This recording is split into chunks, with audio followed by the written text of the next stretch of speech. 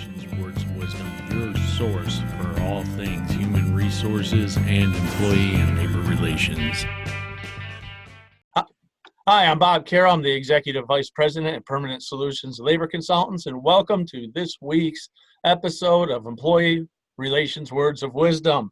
And I'm happy to be joined today by Heinz Plaumann. Did I get that correct, Heinz?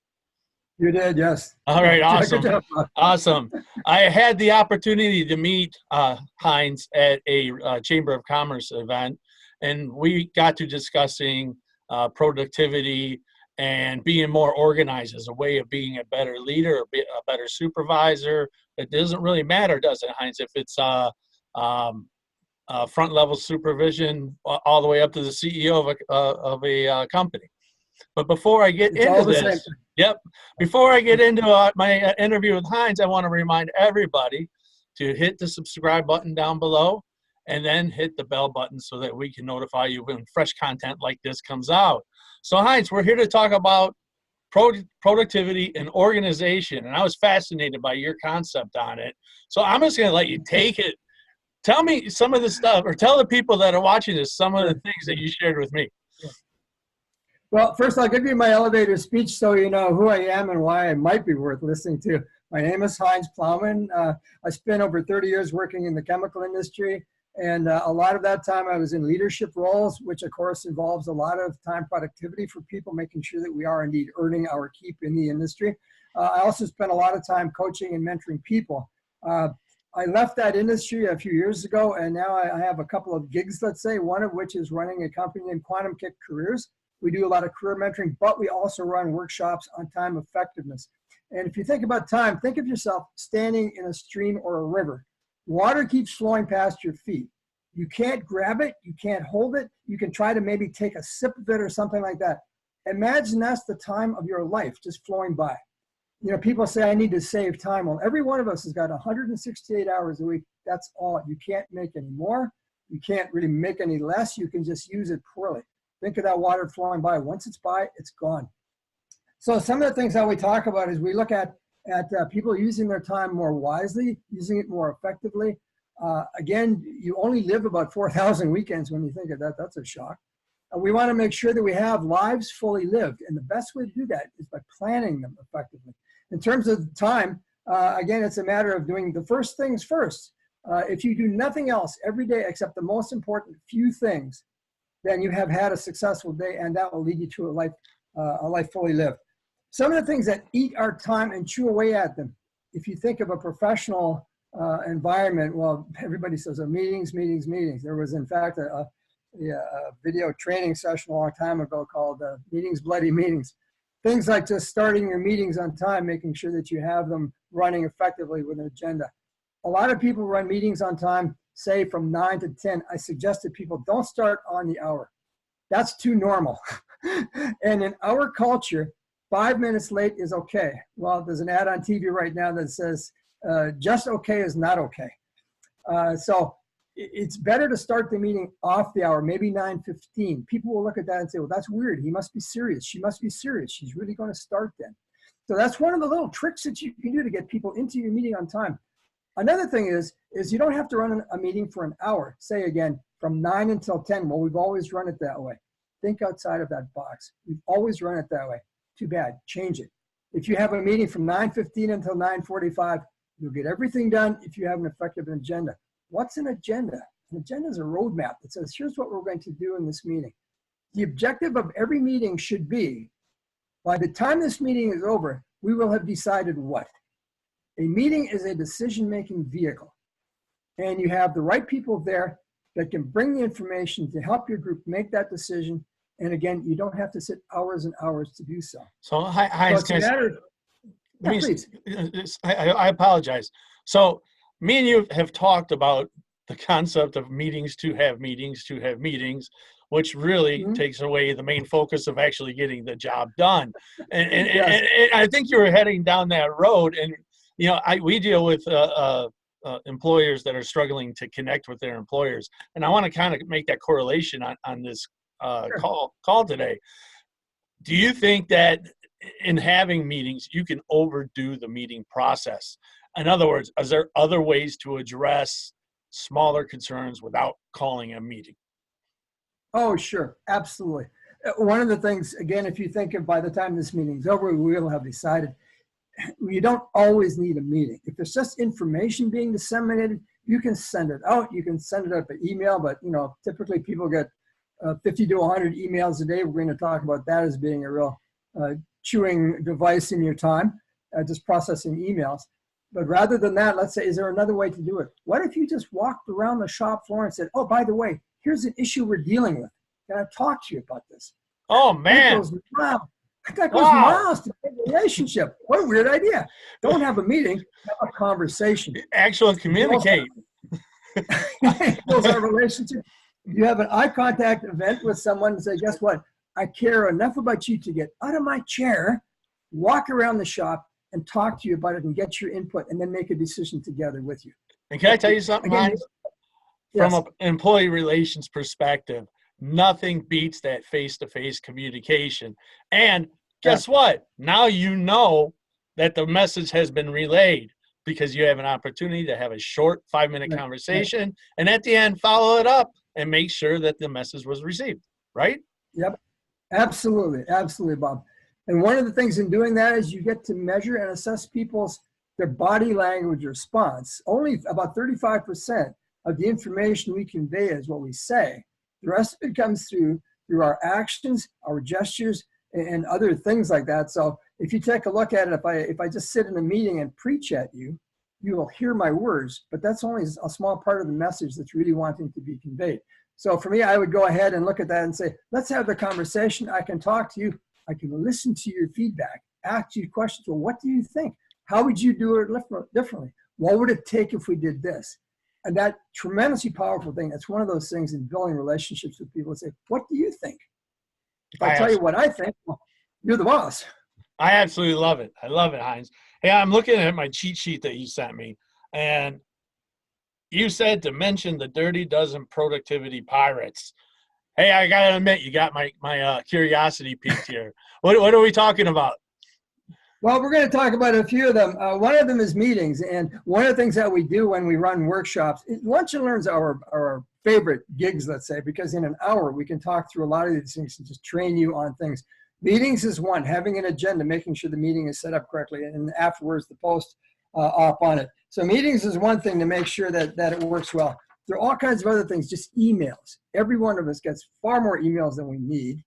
And there are all kinds of things that you can do with them. I adhere to the principle of having an empty inbox and a clean desk. And people say, empty inbox, like nobody has one of those. Think of this picture. Where I live in my house, our mailbox is across the street. Once a day, I go over and take the mail out of the mailbox. I never put it back in there. That would be stupid, wouldn't it? But imagine I have an inbox that's full of stuff. I open an email and I leave it sitting there. So I left it in the mailbox. Duh. Every email requires an action, and there are all kinds of things that you can do. And we talk about what are called the 4 Ds. You can delete it, of course. Well, this is junk mail. I get lots of junk mail, especially this time of year. We have endless catalogs for stuff I don't want to buy, and I don't want any of my family to buy. Delete an email. D. The next one is you can defer it. I can't deal with this today, but I'll put on my calendar to deal with middle of January. That's okay. It's perfectly okay. It's not gone. It's out of sight, out of mind, but never forgotten. Another thing you can do, if it's only a small task, do it. If it's only a couple minutes, do it. But the caution is watch that you don't have so many do-its that you spend hours doing those little tasks. The other one is you can delegate it to somebody. If someone else can do the job 70% as effectively as you can, let them do it. And that's one of the things also, one of these dirty dozen is ineffective delegation. If I delegate something to you, Bob, I need to tell you what it is. I need to tell you why. And that's Simon Sinek's book, Start With Why. If you know why, that will motivate you to do it. Right. The next thing is I would tell you how I would do it and tell you what the result is. But it would be foolish for me to say, but you need to do it my way. Rather, I would say, Bob, use your creativity. Let me know, touch base with me and say, I'm going to do it this way. But I need to convey to you the what it is, what the result should be, the why I think it's important. And once you buy into that, if I can convey that to you, then it'll happen, and how I would do it, and then let you go ahead and do it the way that you would. One of the things that's required in effective delegation is to follow up regularly to see if everything's on track, and that motivates us both. Again, we're having conversations. I dropped my cheat sheet, so I'm going to just pick them up. Sorry. It happens when we do these live every time. Don't worry about it. So a number of principles like that. Those are some of the dirty dozens. Phone calls, just how to handle a phone call. The most time-wasting phone calls. Hey, Bob, it's Heinz. Give me a call. What did I do? I conveyed nothing of any information to you. No information went there other than, Bob, I want to hear your wonderful voice. Talk to me. That conveys nothing. Hey, Bob, it's Heinz. I want to set up a time for you to talk about one of these video calls. Can I talk to you this afternoon at 2 o'clock? And my phone number is, etc. And don't give your phone number. It's exactly what he did. That's exactly what you did. Yeah. So, and that works so well. Imagine you're having the conversation with the person. Again, you don't need to go on and on and on with a voicemail like that, but the voicemail is intended to initiate that conversation, initiate the communication. Bob, this is what I'd like. Can you give me a call back Tuesday before 3 o'clock or something like that? All of a sudden, Bob understands what I expect of him. Otherwise, otherwise, let me point out, because if you do exactly what you said and just say, hey, give me a call, you're automatically on that D list again, the deferred list, right? Right. Yeah. I had a very good friend of mine, I'll say by accident, he left me a voicemail recently and said, give me a call when you get this. Conveyed nothing. It was unfriendly and cold. And I thought, oh gosh, what am I going to do with this? So I called him back and said, I don't think you meant that for me, did you? At any rate, that's another one of the Ds. So we talked about emails, again, how just to handle emails, how to eliminate them or process them quickly, how to use the 4 Ds. We've talked about that. We've talked about meetings and making meetings work, again, with an agenda, starting on time, ending on time, making sure at the end you summarize the meeting and say, here are the action items to move forward, summarizing that decision when we're going to follow up. Some of those other pirates are just around communication, unnecessary interruptions. Again, we don't want to overplan our life in an anal sense, but it's one thing for me to just call you up and say, hey, Bob, I was just thinking of a couple of things. I've got a few things to talk to you about. Well, you're in the middle of your workday. A lot of times what I will do is say, can't take it now. Can you call me later? No one gets offended by that I know of. Is I can't do it now. Can we do it later? Or set up a time is better. It's very professional, very respectful. Just being on time. One of my other gigs is I teach part-time at a couple of universities, and I tell my students, first big rule in life, be on time. And they look at me and say, why is that important? It's respectful, the right thing to do. It's your reputation. Not to take you off topic, but if you're 15 minutes late at the university, do they get the bolt? Actually, I'll tell you something. I know one of my colleagues does that. He locks the door. And I look at that and say, I tell my students they're ladies and gentlemen, not boys and girls. I don't have that problem at all.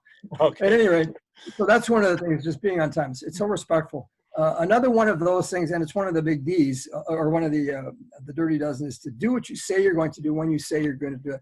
Bob, I'll get you this report on Tuesday. Tuesday, you're looking for my report. And it's the right, respectful thing to do to get it to you. Because it becomes my reputation. What comes in the door before you open it? Your reputation does.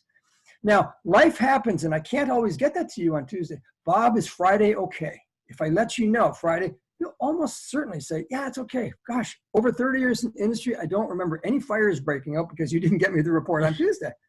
Exactly. But if I know Friday, then I'm looking for it Friday. Again, it becomes your reputation. Because you're going to the basics. I wasn't going to talk to you all 12 dirty dozens, but those are the kind of things that become important. Again, it's your reputation, it's respect, talking to people, listening to people. Covey says, seek to understand first, then be understood. Most of us listen so we can reply. So if Bob's telling me something, I'll say, well, I need to jump in here and answer. He hasn't asked a question, he's just telling me something. So rather than do that, say, okay, Bob, I don't understand. I put on what I call my stupid hat and say, I don't understand that. And all of a sudden, if it's a point of contention, a lot of that bad energy goes away. But it's, I have to explain this to Heinz. And then that becomes a very beneficial understanding point of communication. You're going to explain something to me, and I'm going to listen as intently as I can. A nice trick at the end of that is called clarify, confirm. I just give it back to you. Bob, I understood you said this and this and this. Is that right? to make sure I really understood it. And that really motivates you to build that relationship with me. That motivates us both to communicate. Yeah.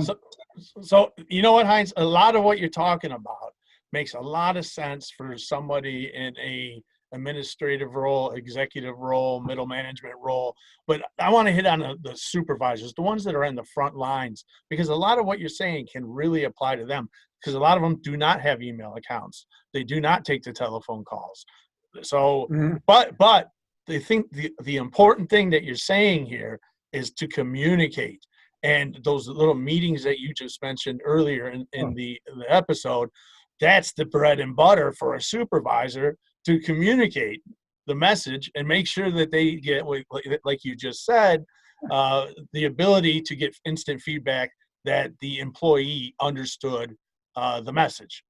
Now, what other advice would you give for frontline supervisors? Because this is where we see the breakdown in employee relations, and from our end, is a breakdown in communications, mostly from the frontline supervisors.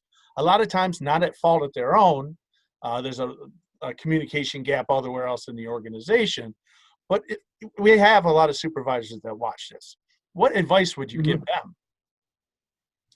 I would say in my mind, the most important skill that a leader as a supervisor can have is just a listening skill. Of course, you're not going to understand everything, and that's where you have an opportunity to ask your employees, your workers, and say, this is the decision that came down from management, let's say. How do you understand this? How do you think this will affect you? And all of a sudden, if you show interest in their reply, people are not going to remember what you said or what you did. They're going to remember how you make them feel. And if you ask somebody, I'd like to know your opinion. How do you feel about this? They'll love you like crazy and remember you forever. And those are the kind of things that help really build those worker relationships. Again, it's showing, guess what? I care enough about you to listen to you, to listen to your opinions. I may not be able to include them or change the decision, but I have listened, and that becomes very valuable. I think Fair weather device, my friend. I love it. I wish more people thought like that. That's the message I apologize. That's the message we try to convey as well. It's just amazing. You've been around the world. Have you seen this in multiple cultures? Yes, I have. Now, that's where cultures, there's a sensitivity, and that's where you have to know where you are. It's like anything. If you're driving through, I live in the greater Detroit area. If you're driving through Detroit, you need to know where you are. You need to know where you're going. It's not a good thing to get lost in any major cities in North America or in Europe. It's just not a comfortable feeling. And in that light, you need to know where you came from, where you are. So if you're dealing, say, with, I lived in Germany for a number of years. There's a certain precision required in their culture. Again, late to a meeting there, that just never happens. That does not happen, because there, 5 minutes early is on time is late, late's unacceptable. So it's just a different culture. If you're working in, say, Latino cultures, like in Italy or Spain or South America, in Mexico, late is understood and it's okay, but you just have to know their rules. And that's a matter of how these kinds of things around conversing and talking, it's a matter then of saying, well, in this culture, how open can I be and not offend anybody? It becomes like social space, not the physical social distance, which is a different issue, but the communication social distance, to say, okay, how close can I get to somebody and still have them understand me and appreciate me and still continue sharing with me? That's important. I don't know if you saw it, but I just did an episode on the concept of the phrase, okay, boomer. Have you heard that phrase yet, Heinz? Have you heard it? Okay, so it's a millennial and Generation Z cry out, okay? And yeah. I did an episode on it. And you're right, just like being in different parts of the world, you have different generations that you also have to navigate around. And that's making it very difficult for some of the leadership out there to understand that company A is not company B or C. They all have their own DNA. And now on top of that, we have multiple generations with dramatically different sense of values and sense of entitlement. Yep. So what do you think about all that? Something I can share with that, again, when I'm teaching at a university, they're all, I can't say all, but almost all of my students are millennials. And my conversation starts with them. Look around the room. First of all, we're the United Nations. It's a very international university. So we've got students from all over the world. And I tell them, every one of you has a very interesting life story. And they look at me and they say, Dr. Plaumann, you're the professor. It doesn't matter. You guys are from all over the world, different life stories, different experiences. I want to learn about you and your life experiences. And if I can impart that interest to them, they're very open to share. And that endears us, I'll say, endears us to each other. They say, this guy is really interested in me as a person, and he cares, and he's going to listen. And once you do that, again, I can only imagine that goes miles with employee relationships. So guess what? I really want to understand you. I really want to understand you. Well, I think you shared quite a bit here. I'm very, very happy that I've had you on. Any parting thoughts that you want to leave our audience? One last thing. One of the things that is also one of these pirates is can't say no. I don't know. In your audience, there are probably some people who say, oh, well, of course I can say no, but then they wind up doing everything. Can't say no is something that it almost grates on our ego to say, well, the boss gave me another task or whatever it is, and I just can't do it, so I'm going to say no. There are ways to communicate that very respectfully to say, no, not now. No, not now does not mean no, never. It just means I can't do it right now. Or to have that conversation openly with your colleague, with your boss, and say, help me understand the priority of this. What else should I move? Should I move some other things around? And can you help me with that? So that's just another one of those the dirty dozens is take on too much and just say, well, no, not now. So there are a couple of simple tricks to do there. Some of the other things like multitasking, people think they're really good at that. I'd love to read something that says multitasking is effective. It's not. So the whole idea, summarizing it all, you've got 168 hours a week. How do you want to spend them, invest them? That becomes your legacy for your life. That's where people are going to remember. How did Bob make me feel? When he made me feel good, or my other supervisor, she made me feel good, then I became really motivated to go to task for them. And it's all around the things that people are going to remember about us, even in the workplace or when we're gone somewhere else. So it's been a pleasure doing this again. Again, you can contact, through Bob, you can contact us, and we gladly run some lunch and learns for you on time effectiveness and career planning and things like that. So. And Heinz, this is maybe something that maybe me and you take next year to the chamber meeting that we're involved with. It's fascinating. Yeah, I'd be happy to bring you on for one of those. Sure, I'd love to do that. My pleasure. What Heinz didn't say though is that he worked around the world, but he worked for a major company. So I really value the information that you're giving because I'm very familiar with that company as well.